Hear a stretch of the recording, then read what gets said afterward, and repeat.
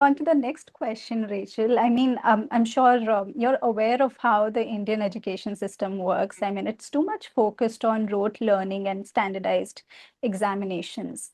Would you like to highlight some of the, a few global practices that are popular and also relevant in today's time that can be incorporated into the Indian education system just to make it more creative?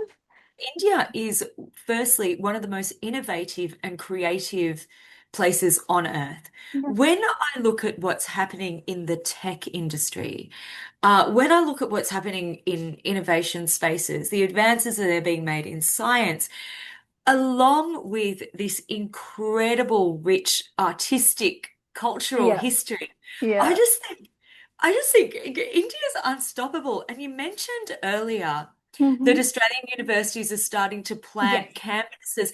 So the world is taking notice of Yeah. India's innovation and their creativity and their expanse for imagination. The world is taking notice.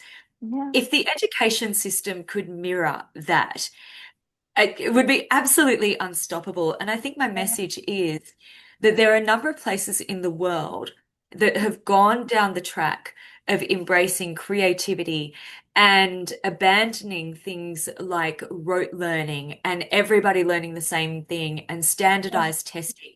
And Yeah. they are really flourishing.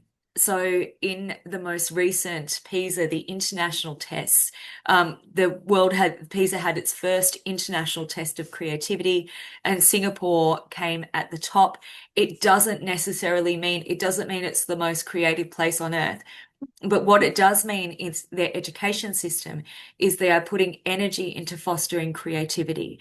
They're putting energy on people being collaborative, being critical thinkers, being highly creative, crafting work together, doing tasks that are open-ended, that do not have a right or wrong answer, asking people to form opinions and asking people to create something new and novel and interesting, Yeah. asking people to express themselves and emote.